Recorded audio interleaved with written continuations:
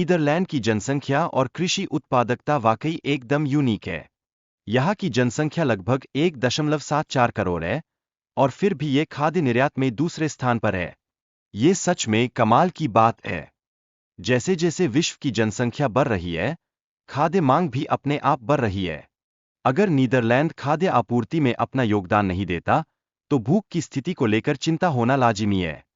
अगर हम 1980 से 2022 तक देखें, तो खाद्य खपत में लगभग दोगुनी वृद्धि हो गई है। आने वाले समय में भी इस मांग में बढ़ोतरी जारी रहेगी, इसलिए खाद्य उत्पादन पर ध्यान देना बेहद जरूरी है। अपने यहाँ, नीदरलैंड्स के किसान फसलों की नई तकनीकों को लागू करने में हमेशा सक्रिय रहते हैं, जिससे उनकी खाद्य उत्पादन क्षमता में काफी इजाफा हुआ है। उदाहरण के लिए, 1980 में नीदरलैंड्स में केवल 180 आलू उगाए जाते थे, लेकिन अब ये संख्या बढ़कर लगभग 5,07,000 आलू हो गई है, जो तकनीकी विकास की कहानी बताती है। यहाँ की कृषि शिक्षा ने एक बड़ा योगदान दिया है, और इसीलिए यहाँ के कृषि विश्वविद्यालय दुनिया के सबसे बड़े कृषि विश्वविद्यालयों में शुमार हो गए हैं।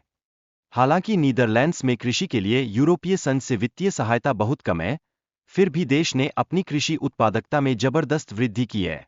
ये सब रणनीतिक संसाधन प्रबंधन की वजह से संभव हुआ है।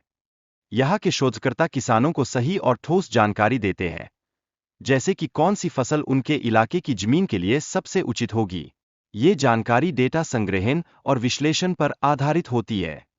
अब किसान आधुनिक उपकरणों का इस्तेमाल कर रहे हैं, जैसे कि ड्रोन और रोबोट, जो खेती के कामों को आसान बनाते हैं।